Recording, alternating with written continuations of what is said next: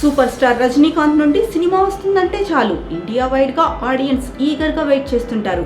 చాలా కాలం తర్వాత జైలర్ సినిమాతో సత్తా చాటి రజనీ మార్కెట్ ను ఇండస్ట్రీకి తిరిగి పరిచయం చేసింది. చివరగా వేటయాన్ చిత్రంతో ఆడియన్స్ ముందుకు రాగా ఇప్పుడు కూలీ చిత్రంతో రాబోతున్నారు. ఖైదీ, విక్రమ్, లియో వంటి బ్లాక్ బస్టర్ సినిమాలను నిర్మించడమే కాకుండా సినిమాటిక్ యూనివర్స్ ను క్రియేట్ చేసిన లోకేష్ కనగరాజ్ దర్శకత్వంలో తెరకెక్కుతున్న ఈ మూవీ షూటింగ్ ఆల్మోస్ట్ పూర్తిగా వచ్చింది. ఇప్పటికే రజనీకాంత్ కూడా తన షూటింగ్ పార్ట్ ను ముగించేశారు. బ్యాలెన్స్ షూటింగ్ పార్ట్ ను లోకేష్ కనగరాజ్ త్వరగా పూర్తి చేసే పనిలో నిమగ్నమై ఉన్నారు. ఈ మూవీలో నాగార్జున ఓ కీలకమైన పాత్రలో కనిపించబోతున్నాడు. అయితే తాజాగా ఈ మూవీకి సంబంధించిన ఓ వార్త వైరల్ అవుతోంది. ఈ మూవీ ఆగస్టు 14న విడుదల కానున్నట్లు చిత్ర బృందం వారు ఇప్పటికే అధికారికంగా ప్రకటించగా, కూలీపై తెలుగు ప్రేక్షకుల్లో కూడా భారీగా అంచనాలు పెట్టుకున్నారు. దానితో టీం ఈ సినిమా తెలుగు హక్కుల కోసం అత్యంత భారీ ధరను డిమాండ్ చేస్తున్నట్లు టాక్.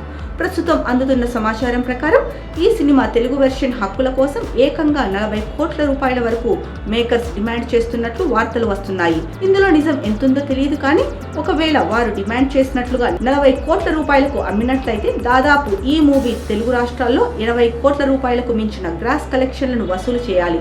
అలా అయితేనే టాలీవుడ్ బాక్సాఫీస్ దగ్గర హిట్ స్టేటస్ ను అందుకునే అవకాశం ఉంటుంది.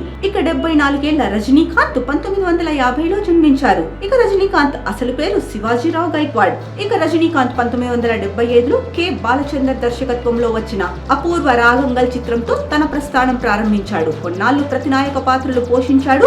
1995లో సురేష్ కృష్ణ దర్శకత్వంలో వచ్చిన భాషా చిత్రం ఘన విజయం సాధించి రజనీకాంత్ కు మంచి పేరు తెచ్చిపెట్టింది.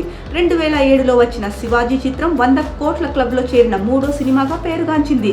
2010లో వచ్చిన రోబో, 2018లో వచ్చిన రోబో 2.0 సినిమాల్లో ఆయన శాస్త్రవేత్తగా, రోబోగా ద్విపాత్ర అభినయం చేశాడు. ఈ 2 సినిమాలు అత్యంత ఖరీదైన సినిమాలుగా పేరు తెచ్చుకున్నాయి.